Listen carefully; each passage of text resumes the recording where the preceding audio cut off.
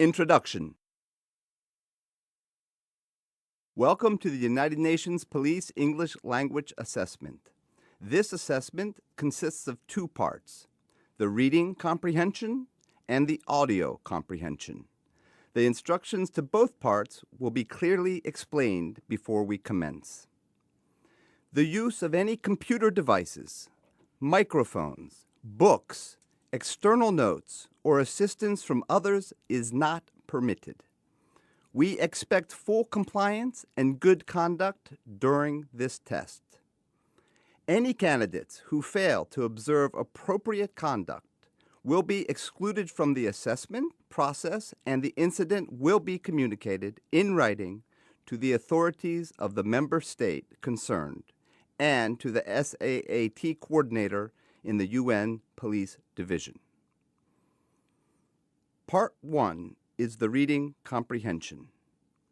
You will be given a mission-related story with a question and answer sheet which contains 10 questions related to the key facts of the story. You will also be given a blank sheet of paper for your note-taking. Any notes that you take on the blank sheet you are allowed to keep throughout the exam. Read the text very carefully. You may write on the test as you wish. You will not be graded for any marking made on the test itself, only on the question and answer sheet. After reading the test, answer the 10 questions on the question and answer sheet. Be sure to include the entire key fact in your answer. It is not necessary to write in grammatically complete sentences. It is highly recommended that you use the blank sheet of paper for important notes from the reading. These notes will be essential for Part 2 of the assessment. You will be able to keep only the sheet of paper with your notes for the second part of the exam. Keep the test and question and answer sheet face down until you are asked to start. You will have 20 minutes to complete the reading comprehension. The instructor will indicate when these 20 minutes begin. The instructor will then announce when there are 5 remaining minutes and when there is 1 final minute. After the 20 minutes have passed, the instructor will collect the reading test and the question and answer sheet. You will keep the written notes that you made on the blank sheet of paper for the second part of the assessment. Please write your full name, your individual test serial number, and other details clearly in the space provided on the question and answer sheet you receive. Good luck.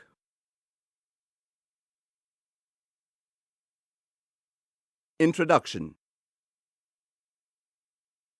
This is the second section of the UNPOL Combined Language Assessment. It is divided into 2 parts. In the first part, you will hear one person describing the mission-related topic you have just read about in the reading comprehension. It will be introduced as the narrative. In the second part, you will hear a conversation between 2 people who are discussing the same mission-related topic. It will be introduced as the dialogue.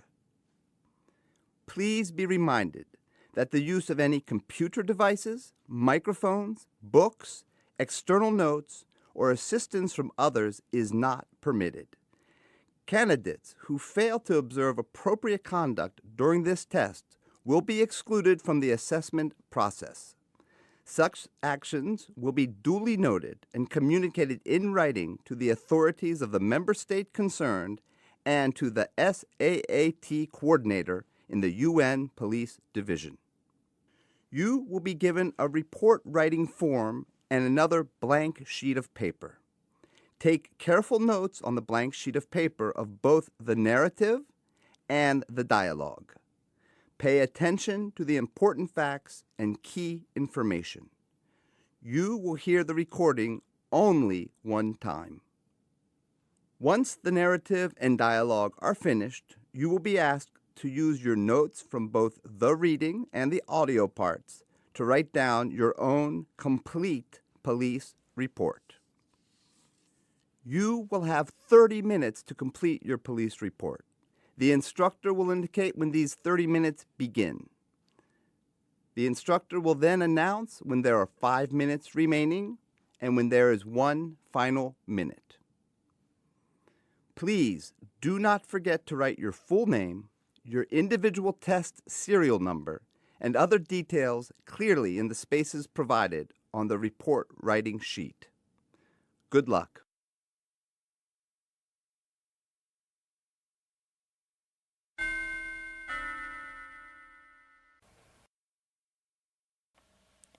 Narrative.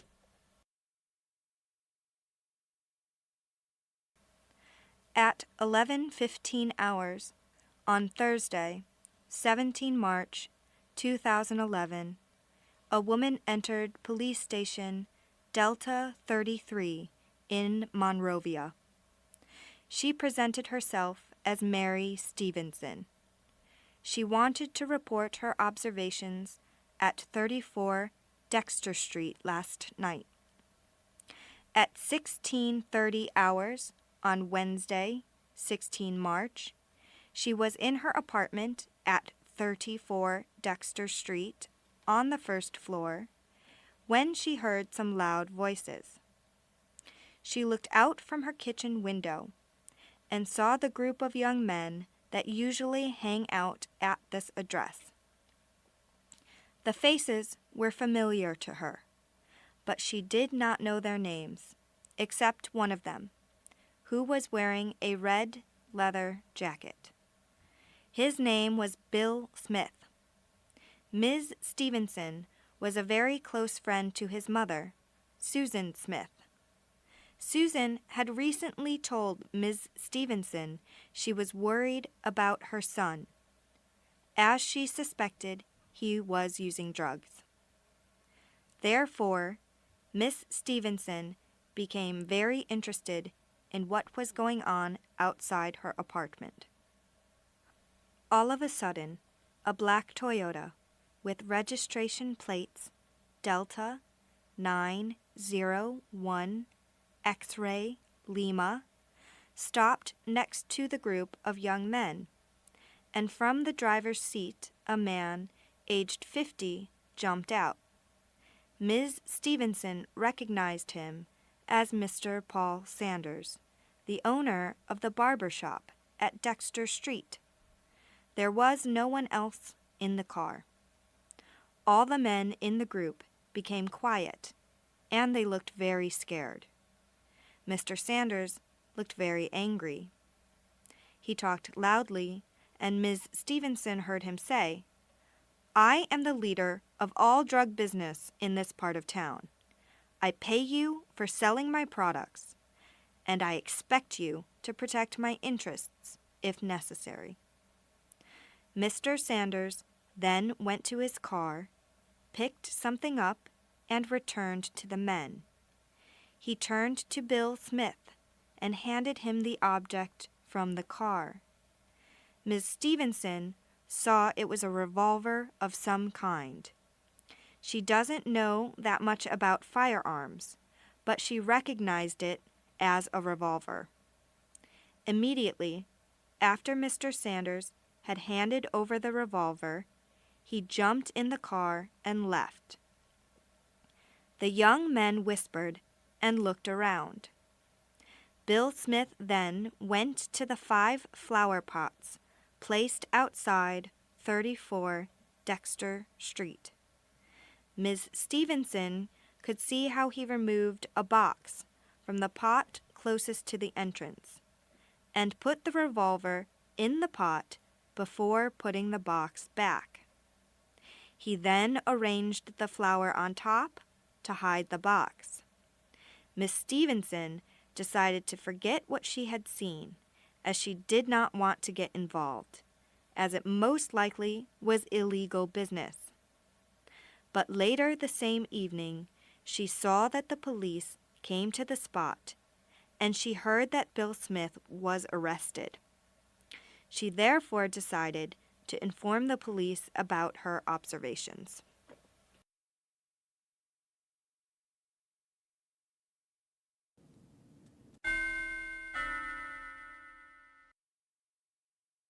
Dialogue. Police officer, you have come here today as you think you have important information for us. Please, let us know what you want to tell us. Witness. Thank you, sir. My name is Mary Stevenson and I live at 34 Dexter Street here in Monrovia. I've heard you had a young man arrested at this address last night. Is that correct? Yes, we arrested a man suspected for handling drugs. What do you know about this? Actually, I think he's involved in more than the drug business. Please, Miss Stevenson, tell me. We are very grateful for all additional information we can get in this case. Yesterday, Wednesday, 16 March, around 16:30, I heard some loud voices from the street outside my apartment. I looked out the kitchen window and saw a group of young men. They usually hang around there. I don't know their names, but their faces are familiar. Only one I know by name. And who is that? He is the son of my good friend Susan Smith. His name is Bill Smith. As soon as I saw him there, I started to pay some extra attention. How come? His mother Susan had told me that she suspected he used drugs. I know how worried Susan is about him, so I thought it would be good if I kept an eye on him. What happened then? Suddenly, a black Toyota with registration plate number D901XL stopped next to the group of young men. The driver, who was the only person in the car, jumped out of the vehicle. I recognized the person as Mr. Paul Sanders, the owner of the barber shop at Dexter Street. What did the young man do when he arrived? I noticed that they seemed to be scared. The lively discussion that had been going on stopped, and they all got quiet. Mr. Sanders, on the other hand, looked very angry. Did you understand why? Not at first, but then I heard Mr. Sanders saying to the group, "I am the leader of all drug business in this part of town.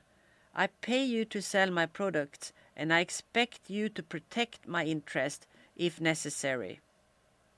Obviously, the men were working for him. What happened next?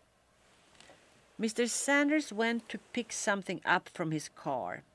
He then returned to the group of men and handed what he had picked up from the car to Bill Smith. When handing it over, I could see it was a revolver. I do not know much about firearms, but I recognized a revolver. Mr. Sanders jumped in his car immediately after handing the revolver to Bill Smith and left the spot. What did Bill Smith do with the revolver? He went to the flower pots outside 34 Dexter Street and put it in a shoebox that was hidden in the pot closest to the entrance. Did you take any actions then? No. To be honest with you, it was clear to me these were illegal activities and I did not want to get involved. But you're here now. What made you change your mind? When I later heard that Bill Smith had been arrested, I thought it was time for me to step forward and let you know what I had seen, as this could be important information for your further investigation. Indeed it is. And we thank you for sharing your observations with us. We might get back to you in case we need any clarification. Thank you very much.